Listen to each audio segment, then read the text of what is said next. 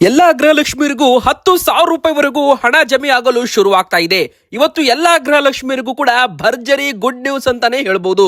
ಇನ್ನು ಈ 2-3 ಕೆಲಸ ನೀವು ಕೂಡ ಬೇಗನೆ ಮಾಡಿ ಗೃಹಲಕ್ಷ್ಮಿಯರು, ಇಲ್ಲ ಅಂದ್ರೆ ನಿಮಗೆ ಹಣ ಕೂಡ ಬರೋದಿಲ್ಲ. ಗೃಹಲಕ್ಷ್ಮಿಯರಿಗೆ ಹೊಸ ನಿಯಮಗಳು ಕೂಡ ನೋಡೋಣ. ಇನ್ನೊಂದು ಕಡೆಗೆ ರೇಷನ್ ಕಾರ್ಡ್ ಇದ್ದ ಗೃಹಲಕ್ಷ್ಮಿಯರಿಗೂ ಕೂಡ ಇಂಪಾರ್ಟೆಂಟ್ ಅಪ್ಡೇಟ್ ಬಂದಿದೆ.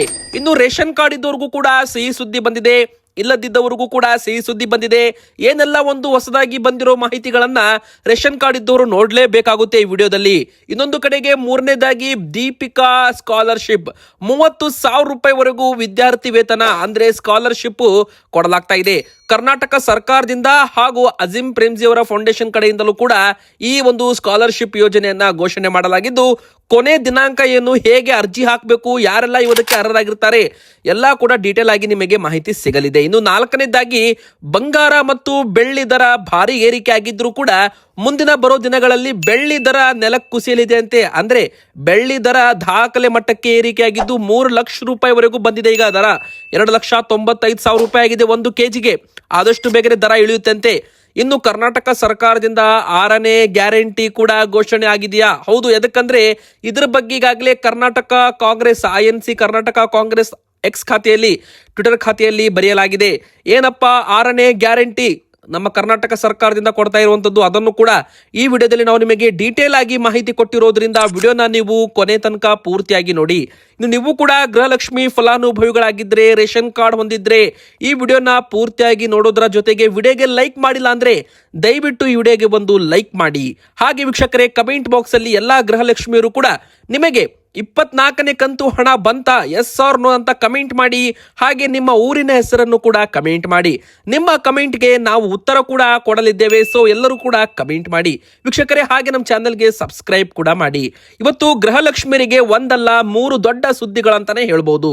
ಮೊದಲಿಗೆ ಗೃಹಲಕ್ಷ್ಮಿಯರ ಅಕೌಂಟಿಗೆ ಈಗಾಗಲೇ 2,000 ರೂಪಾಯಿ ಹಣವನ್ನ, ಅಂದ್ರೆ 24ನೇ ಕಂತಿನ ಹಣವನ್ನ ಒಂದು ಕಡೆಗೆ ಹಾಕಲಾಗಿದೆ. ಅಲ್ಲಿ ತನಕ ಕ್ಲಿಯರ್ ಆಗಿದೆ. 24 ಕಂತು ಎಲ್ಲರಿಗೂ ಕೂಡ ಹಣ ಬಂದಿದೆ ಅಂತ ಈಗಾಗಲೇ ಸರ್ಕಾರದವರು ಹೇಳಿದ್ದಾರೆ. ಗೃಹಲಕ್ಷ್ಮಿಯರು ಕೂಡ ಕಮೆಂಟ್ ಮಾಡಿದ್ದಾರೆ. ಇಲ್ಲಿ ಎರಡನೇದಾಗಿ ಈಗ ಬಾಕಿ ಇರುವ ಕಂತಿನ ಹಣ ಅಂದ್ರೆ 25ನೇ ಕಂತು, 26ನೇ ಕಂತು, 27ನೇ ಕಂತು ಅಂದ್ರೆ ಅಕ್ಟೋಬರ್, ನವೆಂಬರ್ ಮತ್ತು ಡಿಸೆಂಬರ್ ತಿಂಗಳದ್ದು ಹಣ ಈಗ ಬರಬೇಕು ಅಂತ ಗೃಹಲಕ್ಷ್ಮಿಯವರು ಕಾದು ಕುಳಿತಿದ್ದಾರೆ. ಅದರ ನಡುವೆ 4,000 ರೂಪಾಯಿ ಹಣವನ್ನ ಬಿಡುಗಡೆ ಮಾಡ್ತಾ ಇದ್ದೀವಿ ಅಂತ ಗೃಹಲಕ್ಷ್ಮಿಯರಿಗೆ ಸರ್ಕಾರದಿಂದ ಸಿಹಿ ಸುದ್ದಿ ಕೂಡ ಒಂದು ಕಡೆಗೆ ಬಂದಿರುವಂತದ್ದು. ವೀಕ್ಷಕರೇ, ಇಲ್ಲಿ ಗೃಹಲಕ್ಷ್ಮಿಯರಿಗೆ ಫೆಬ್ರವರಿ ಮತ್ತು ಮಾರ್ಚ್ ತಿಂಗಳದ್ದು 2 ಕಂತು ಹೋದ ವರ್ಷದ್ದು ಹಣ ಜಮೆ ಆಗಿಲ್ಲ.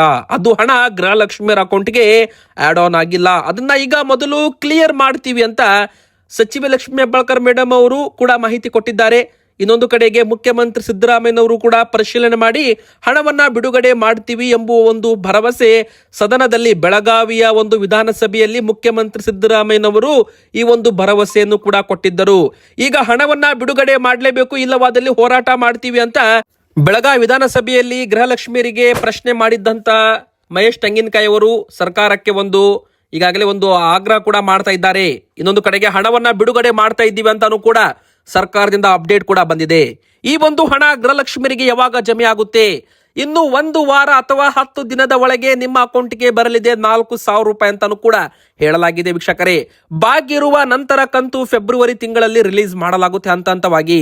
ಇನ್ನು ರೇಷನ್ ಕಾರ್ಡ್ ಇದ್ದವರಿಗೆ ಅನ್ನಭಾಗ್ಯ ಮಾತ್ರ ಅಲ್ಲ, ಹಲವಾರು ಯೋಜನೆಗಳು ಈ ಒಂದು BPL ಕಾರ್ಡ್ಗೆ ಲಿಂಕ್ ಇರುತ್ತೆ. ಅದರಲ್ಲಿ ಗೃಹಲಕ್ಷ್ಮಿ ಯೋಜನೆಯು ಕೂಡ ರೇಷನ್ ಕಾರ್ಡ್ ಮುಖಾಂತರವೇ ಹಣ ಹಾಕ್ತಾ ಇದ್ದೀವಿ ಅಂತ ಸಚಿವೆ ಲಕ್ಷ್ಮೀ ಹೆಬ್ಬಾಳ್ಕರ್ ಮೇಡಮ್ ಅವರು ಸುದ್ದಿಗಾರರೊಂದಿಗೆ ಮಾತನಾಡುವಾಗ ಹೇಳಿದ್ದಾರೆ. ಹಣ ಹಾಕೋದಕ್ಕೆ ಪ್ರೈಮರಿ ಡಾಕ್ಯುಮೆಂಟೇ ರೇಷನ್ ಕಾರ್ಡ್ ಆಧಾರದ ಮೇಲೆಯೇ ನಾವು ಗೃಹಲಕ್ಷ್ಮಿಯರಿಗೆ ಹಣವನ್ನ ಹಾಕ್ತಾ ಇದ್ದೀವಿ. ರೇಷನ್ ಕಾರ್ಡ್ ಅಲ್ಲಿ ಏನಾದ್ರೂ ಲೋಪವಾದರೆ ಗೃಹಲಕ್ಷ್ಮಿಯರಿಗೆ ಹಣ ಬರಲ್ಲ ಅಂತಾನೂ ಕೂಡ ಇಂಡೈರೆಕ್ಟ್ ಆಗಿ ಮಾಹಿತಿ ಸಿಕ್ಕಿರುವಂತದ್ದು. ವೀಕ್ಷಕರೇ, ನಿಮ್ದು ಏನಾದ್ರೂ ಬ್ಯಾಂಕ್ ಖಾತೆಗೆ ಆಧಾರ್ ಕಾರ್ಡ್ ಲಿಂಕ್ ಆಗಿಲ್ಲ, ನಿಮಗೆ ಹಣ ಬರಲ್ಲ. ರೇಷನ್ ಕಾರ್ಡ್ಗೆ ಆಧಾರ್ ಕಾರ್ಡ್ ಲಿಂಕ್ ಆಗಿಲ್ಲ, ನಿಮ್ದು ರೇಷನ್ ಕಾರ್ಡ್ ರದ್ದಾದ್ರೆ ನಿಮಗೆ ಗೃಹಲಕ್ಷ್ಮಿ ಹಣ ಬರಲ್ಲ. ಇನ್ನು ಮೂರನೇದಾಗಿ ಯಾರಾದ್ರೂ ನಕಲಿ ದಾಖಲೆ ಸೃಷ್ಟಿ ಮಾಡಿ BPL ಕಾರ್ಡ್ ಹೊಂದಿದ್ರೆ, ಇಷ್ಟು ದಿನ ಅವರು ಗೃಹಲಕ್ಷ್ಮಿ ಹಣ ಪಡೆದುಕೊಂಡಿದ್ರೆ ಈಗ ಅಂತವರ ಕಾರ್ಡುಗಳನ್ನ ಡಿಲೀಟ್ ಮಾಡಲಾಗಿದೆ. ಅದಕ್ಕೆ ಲಿಂಕ್ ಇದ್ದ ಗೃಹಲಕ್ಷ್ಮಿ ಹಣವು ಕೂಡ ಡಿಲೀಟ್ ಆಗಲಿದೆ. ಅಂದ್ರೆ ಆ ಒಂದು ಹಣ ಬರಲ್ಲ, ಆ ಕುಟುಂಬಕ್ಕೆ ಸೇರಿದ ಗೃಹಲಕ್ಷ್ಮಿ ಯೋಜನೆ ಹಣ ನಿಲ್ಲಲಾಗುತ್ತೆ ಅಂತಾನೂ ಕೂಡ ಇಲ್ಲಿ ಹೇಳಲಾಗಿದೆ. ಹಲವಾರು ನಿಯಮಗಳಿದ್ದಾವೆ. ಸರ್ಕಾರಕ್ಕೆ ತೆರಿಗೆ ಪಾವತಿ ಮಾಡ್ತಾ ಇದ್ದ ಗೃಹಲಕ್ಷ್ಮಿಯರ ಯಜಮಾನರು ಯಾರಾದರೂ ತೆರಿಗೆ ಪಾವತಿ ಮಾಡ್ತಾ ಇದ್ರೆ ಅಂತವರ BPL ಕಾರ್ಡು APL ಕಾರ್ಡ್ ಆಗಿದೆ ಅಂತ ಒಂದು ಲಿಂಕ್ ಇದ್ದ ಗೃಹಲಕ್ಷ್ಮಿ ಹಣವು ಕೂಡ ಬಂದಾಗುತ್ತೆ. ಇನ್ನೊಂದು ಕಡೆಗೆ ಯಾರಾದರೂ GST ರಿಟರ್ನ್ಸ್ ಮಾಡ್ತಾ ಇದ್ರೆ ಅಂತವರ ಒಂದು BPL ಕಾರ್ಡ್ APL ಕಾರ್ಡ್ ಆಗಿದೆ, ನಂತರ ಅವರಿಗೆ ಕೂಡ ಈ ಒಂದು ಗೃಹಲಕ್ಷ್ಮಿ ಹಣ ಬರೋದಿಲ್ಲ. ಈ ತರ ಒಂದು ರೂಲ್ಸ್ಗಳು ಇರೋದ್ರಿಂದ ನೀವು ಕೂಡ ರೇಷನ್ ಕಾರ್ಡ್ ಹೊಂದಿದ್ರೆ, ಗೃಹಲಕ್ಷ್ಮಿ ಯೋಜನೆ ಫಲಾನುಭವಿಗಳಾಗಿದ್ರೆ ಆಧಾರ್ ಕಾರ್ಡ್ ಲಿಂಕಿಂಗ್ ಆಗಿರ್ಬೋದು, ಪಡಿತರ ಪಡೆದುಕೊಳ್ಳೋದಾಗಿರ್ಬೋದು, ಎಲ್ಲ ಕೂಡ ಡೀಟೇಲ್ ಆಗಿ ಮಾಹಿತಿ ನಿಮಗೆ ಇನ್ನೊಂದು ವಿಡಿಯೋದಲ್ಲಿ ಕೊಡಲಿದ್ದೇವೆ. ಸೊ ವಿಡಿಯೋಗೆ ಲೈಕ್ ಮಾಡಿರಿ ಹಾಗೂ ಕಮೆಂಟ್ ಅಲ್ಲಿ ಎಸ್ ಅಂತ ಕಮೆಂಟ್ ಮಾಡಿ. ನೆಕ್ಸ್ಟ್ ವಿಡಿಯೋ ಕೂಡ ಆದಷ್ಟು ಬೇಗನೆ ಬರುತ್ತೆ. ಇನ್ನು ಮೂರನೇದಾಗಿ ಇಂದಿರಾ ಕಿಟ್ ಕೂಡ BPL ಕಾರ್ಡ್ ಇದ್ದವರಿಗೆ ಸಿಗಲಿದೆ. ಹೌದು, ಇನ್ ಮುಂದೆ ನಿಮಗೆ ಅಕ್ಕಿ ಮಾತ್ರ ಅಲ್ಲ, ಇಂದಿರಾ ಕಿಟ್ ಕೂಡ ವಿತರಣೆ ಮಾಡಲಾಗುತ್ತೆ. ಅಡುಗೆ ಎಣ್ಣೆ, ಉಪ್ಪು, ಸಕ್ಕರೆ, ತೊಗರಿಬೇಳೆ ಈ 4 ವಸ್ತುಗಳನ್ನು ಕೂಡ ಉಚಿತವಾಗಿ ಕೊಡಲಾಗುತ್ತೆ ಅಂತ ಹೇಳಲಾಗಿದೆ. ಅಂದ್ರೆ ವೀಕ್ಷಕರೇ, ನಿಮಗೆ ಇನ್ಮುಂದೆ ಅಕ್ಕಿ ಜೊತೆಗೆ ಈ ಎಲ್ಲಾ ವಸ್ತುಗಳು ಕೂಡ ಸಿಗಲಿದೆ ಅಂತ ಹೇಳ್ಬಹುದು. ಇದು ನಿಮಗೆ ಫೆಬ್ರವರಿ 10ನೇ ತಾರೀಕಿನ ಒಳಗೆ ಮುಖ್ಯಮಂತ್ರಿ ಸಿದ್ದರಾಮಯ್ಯನವರು ಇದಕ್ಕೆ ಒಂದು ಯೋಜನೆಗೆ ಚಾಲನೆ ಕೊಡಲಿದ್ದಾರೆ. ಕರ್ನಾಟಕದಲ್ಲಿ 1,27,00,000 BPL ಕಾರ್ಡ್ಗಳು ಸದ್ಯಕ್ಕೆ ಇರುವಂತದ್ದು. ಆ 1,27,00,000 ಇಂದಿರಾ ಕಿಟ್ಗಳನ್ನ ರೆಡಿ ಮಾಡಬೇಕು. ಅಂದ್ರೆ ಒಂದು ಕಾರ್ಡ್ಗೆ 1 ಕಿಟ್ ಮಾತ್ರ. ಈಗ ಒಂದು ಮನೆಯಲ್ಲಿ 5 ಜನರಿದ್ದಾರಂದ್ರೆ ಅವರಿಗೆ 7.5 kg ಕಿಟ್ ಅನ್ನ ಕೊಡಲಾಗುತ್ತೆ. ಒಂದು ಮನೆಯಲ್ಲಿ 4 ಜನರಿದ್ದಾರಂದ್ರೆ ಅವರಿಗೆ 5 kg ಕಿಟ್ ಅನ್ನ ಕೊಡಲಾಗುತ್ತೆ. ಒಂದು ಮನೆಯಲ್ಲಿ 2 ಜನ ಇರಿದ್ರೆ ಅವರಿಗೆ 2.5 kg ಇಂದಿರಾ ಕಿಟ್ ಕೊಡಲಾಗುತ್ತೆ. ಅಂದ್ರೆ ಒಂದು ಕುಟುಂಬಕ್ಕೆ 1 ಇಂದಿರಾ ಕಿಟ್ ಮಾತ್ರ. ಅಂದ್ರೆ ಇಲ್ಲಿ ಒಂದು ಮನೆಯಲ್ಲಿ 4 ಜನ ಇದ್ರೆ 4 ಕಿಟ್ ಕೊಡಲ್ಲ, ನೆನಪಿರಲಿ. ಬನ್ನಿ ಈಗ ಮೂರನೇ ದೊಡ್ಡ ಬ್ರೇಕಿಂಗ್ ನ್ಯೂಸ್. 30,000 ರೂಪಾಯಿ ಸ್ಕಾಲರ್ಶಿಪ್ ಅನ್ನ ಹೇಗೆ ಪಡೆದುಕೊಳ್ಬೇಕು? ಇದು ವಿದ್ಯಾರ್ಥಿನಿಯರಿಗೆ ತುಂಬಾ ಒಂದು ಉಪಯುಕ್ತ ಮಾಹಿತಿ ಆಗಿರೋದ್ರಿಂದ ನಿಮ್ಮ ಮನೆಯಲ್ಲೂ ಕೂಡ ಶಾಲೆ ಕಾಲೇಜಿಗೆ ಹೋಗೋ ವಿದ್ಯಾರ್ಥಿನಿಯರಿದ್ರೆ ಬೇಗನೆ ಎಸ್ ಅಂತ ಕಮೆಂಟ್ ಮಾಡಿ. ವೀಕ್ಷಕರೇ, ಕರ್ನಾಟಕ ಸರ್ಕಾರ ಹಾಗೂ ಅಜೀಂ ಪ್ರೇಮ್ಜಿ ಫೌಂಡೇಶನ್ ಇಂದ ದೀಪಿಕಾ ವಿದ್ಯಾರ್ಥಿ ವೇತನಕ್ಕೆ ಅರ್ಜಿ ಆಹ್ವಾನ ಮಾಡಲಾಗಿದೆ. 31 ಜನವರಿ ಕೊನೆಯ ದಿನಾಂಕವಾಗಿರುತ್ತೆ. ಕರ್ನಾಟಕ ಸರ್ಕಾರದಿಂದಲೂ ಕೂಡ ಮತ್ತು ಅಜೀಂ ಪ್ರೇಮ್ಜಿ ಫೌಂಡೇಶನ್ ಸೆಪ್ಟೆಂಬರ್ 2025ರಲ್ಲಿ ದೀಪಿಕಾ ವಿದ್ಯಾರ್ಥಿ ವೇತನವನ್ನ ಪ್ರಾರಂಭ ಮಾಡಿದ್ರು.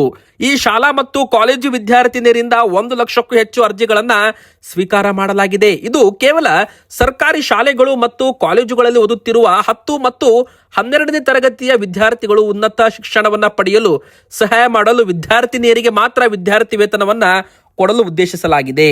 ಹೌದು ವೀಕ್ಷಕರೇ, ಇಲ್ಲಿ ಮುಖ್ಯವಾಗಿ ಜನವರಿ 31ರವರೆಗೂ ಯೋಜನೆಯನ್ನ ವಿಸ್ತರಣೆ ಮಾಡಲಾಗಿದೆ. 2ನೇ ಚಕ್ರಕ್ಕೂ ನಾವು ಹೆಚ್ಚಿನ ಸಂಖ್ಯೆಯಲ್ಲಿ ಅರ್ಜಿಗಳನ್ನು ಸ್ವೀಕಾರ ಮಾಡಲು ಪ್ರಾರಂಭ ಮಾಡಿದ್ದೇವೆ ಅಂತ ಹೇಳಲಾಗಿದೆ. ವಿದ್ಯಾರ್ಥಿನಿಯರಿಗೆ, ಹೆಣ್ಣು ಮಕ್ಕಳಿಗೆ ಆರ್ಥಿಕ ನೆರವು ನೀಡುವ ಗುರಿಯನ್ನ ಹೊಂದಲಾಗಿದೆ. ಉನ್ನತ ಶಿಕ್ಷಣದಲ್ಲಿ ಒಟ್ಟು ದಾಖಲಾತಿ ಅನುಪಾತ ಹೆಚ್ಚಿಸಲು ಸಹಾಯ ಮಾಡಲಿದೆ ಅಂತ ಹೇಳಲಾಗಿದೆ. ವೀಕ್ಷಕರೇ, ಈ ವಿದ್ಯಾರ್ಥಿ ವೇತನಕ್ಕೆ ಅರ್ಜಿ ಹಾಕಲು ಅರ್ಹತೆ ಪಡೆದ ಸರ್ಕಾರಿ ಶಾಲೆಗಳು, ಕಾಲೇಜುಗಳು ವಿದ್ಯಾರ್ಥಿನಿಯರಿಗೆ ಮಾತ್ರ ಸೀಮಿತವಾಗಿರುತ್ತೆ. ಮೊದಲ ಬಾರಿಗೆ ಪದವಿ ಪಡೆಯುತ್ತಿರಬೇಕು.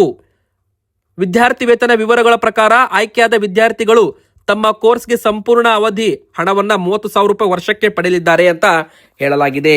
ಬನ್ನಿ ಈಗ ಮತ್ತೊಂದು ಡೀಟೇಲ್ ಆಗಿ ಮಾಹಿತಿ ನೋಡೋಣ.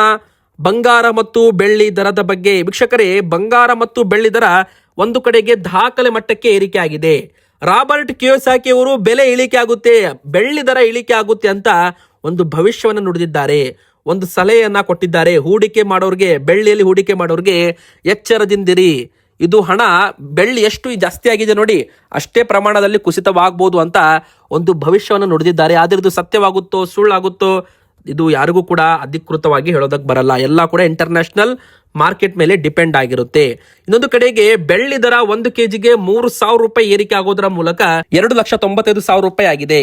ಬಂಗಾರವು ಕೂಡ 380 ರೂಪಾಯಿ ಏರಿಕೆ ಆಗೋದ್ರ ಮೂಲಕ ಈಗ 10 ಗ್ರಾಮ್ 1 ತೊಲೆ ಬಂಗಾರ 1,43,780 ರೂಪಾಯಿ. ಇದು ಕೂಡ ಸಾರ್ವಕಾಲಿಕ ಗರಿಷ್ಠ ಅಂತಾನೆ ಹೇಳ್ಬಹುದು.